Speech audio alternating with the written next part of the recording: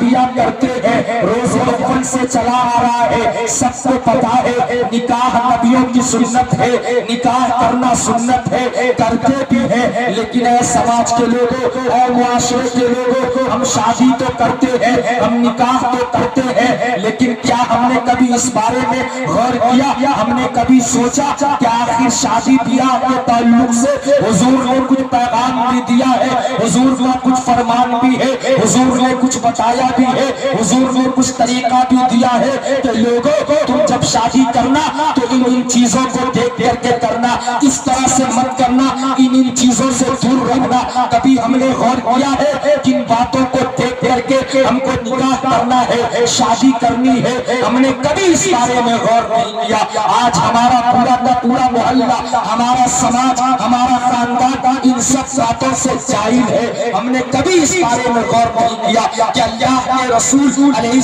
السلام نے شادی بیاہ کے تعلق سے کیا فرمان جاری کیے ہیں، کون سا طریقہ بتایا ہے، کس طرح سے شادی کرنے کو کہا ہے اور کن باتوں کو دیکھ کے کہا ہے۔ ہم نے کبھی ان باتوں پر غور نہیں کیا ہے۔ اے سماج کے لوگوں، اے معاشرے کے لوگوں، جہاں پر اللہ کے رسول علیہ السلام نے شادی بیاہ کے تعلق سے بہت ساری باتیں بتائی ہے، ایک پیغام جاری کیا ہے، وہیں پر اللہ کے رسول علیہ السلام نے ارشاد فرمایا، اے لوگوں یاد رکھو، سنو سنو سنو، جب تم شادی کرنے لگو، نکاح کرنے لگو، بیاہ کرنے لگو، تو سب سے پہلے جن چیزوں کو مقدم رکھنا ہے اور جس بنیاد پر شادی کرنی ہے اور جن چیزوں کو دیکھ کر نکاح کرنا ہے وہ دینداری ہے، وہ دینداری ہے۔ تم دینداری کی بنیاد۔ لیکن آج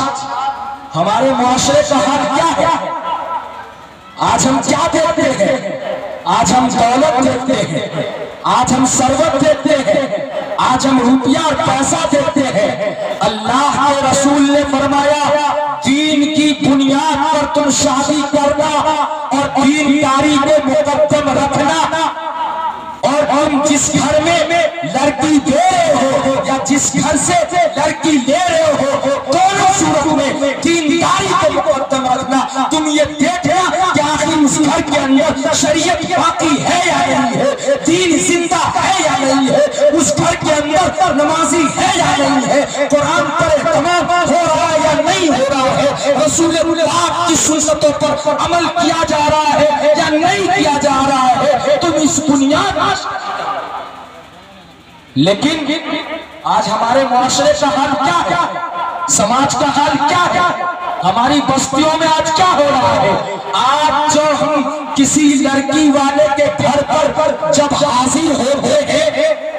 تو سب سے پہلی جو ہماری نظر ہوتی ہے وہ دسترخوان پر ہوتی ہے کہ کتنے قسم کی نمکین اور مٹھائیوں سے ہمارا سواگت کیا جا رہا ہے، دسترخوان کتنا لمبا سجایا گیا ہے، دسترخوان کتنا وسیع ہے، اور اس کے بعد سے ہم گننے پر آ جاتے ہیں کہ کتنا۔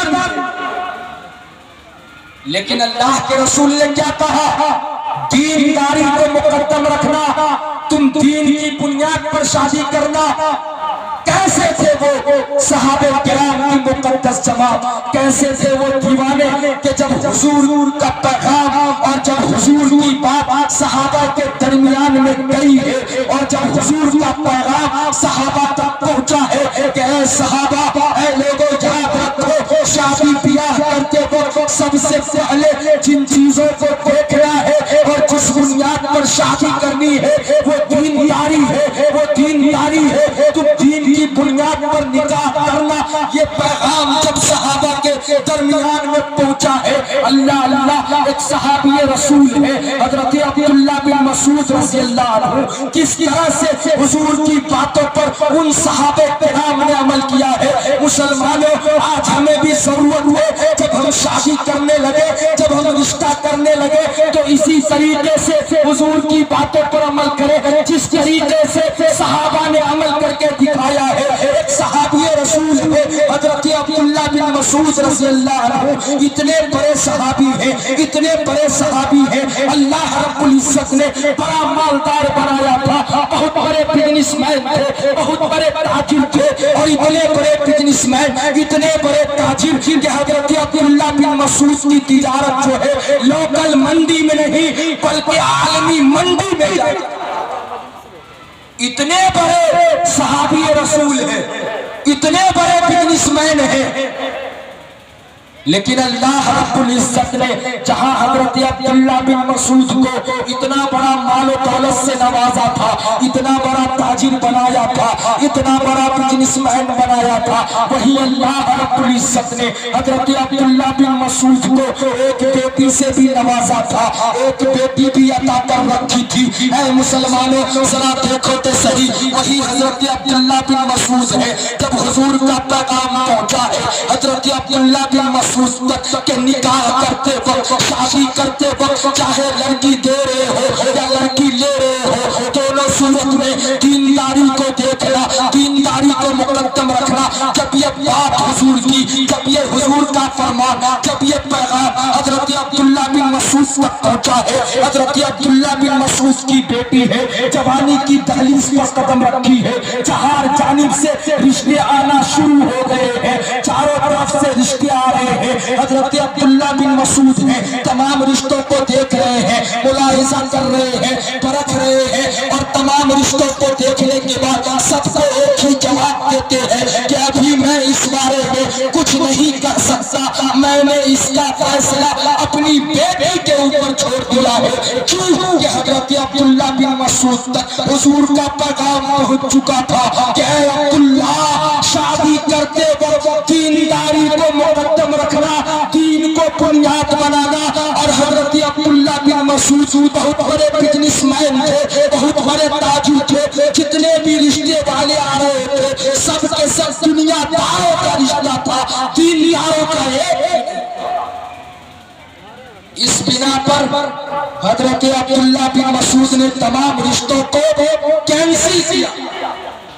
اللہ اللہ، وہی حضرت عبداللہ بن مسعود ہیں، ایک دن مسجد کے اندر نماز ادا کرنے کے لیے گئے ہیں، مسجد سے جب نماز پڑھ کر کے باہر آنے لگتے ہیں، صحن کے اندر کھڑے ہوئے ہیں، کھڑے ہو جاتے ہیں کہ سامنے سے ایک نوجوان آ رہا ہوتا ہے۔ وہ جوان اس طرح کا جوان ہے کہ زمین پر صحیح سے پاؤں نہیں پڑ رہا ہے، اور حضرت عبداللہ بن مسعود ہے مسجد کے صحن میں کھڑے ہو جاتے ہیں، اس نوجوان کو دیکھنے لگتے ہیں۔ وہ نوجوان اس طرح کا نوجوان ہے، پیٹ کے اندر صحیح سے دانے بھی موجود نہیں ہے، بدن پر کپڑا بھی صحیح سے نہیں ہے، بال بڑا گندا بنا ہوا ہے۔ اس عالم میں حضرت عبداللہ بن مسعود ہیں مسجد کے صحن میں کھڑے ہو گئے ہیں، اور یہ سارے منظر دیکھنے لگتے ہیں کہ آخر یہ نوجوان کون ہے، کہاں کا رہنے والا ہے، کیا کرنے کے لیے آ رہا ہے۔ حضرت عبداللہ بن مسعود ہیں مسجد کے صحن میں کھڑے ہیں، وہ جوان آیا ہے،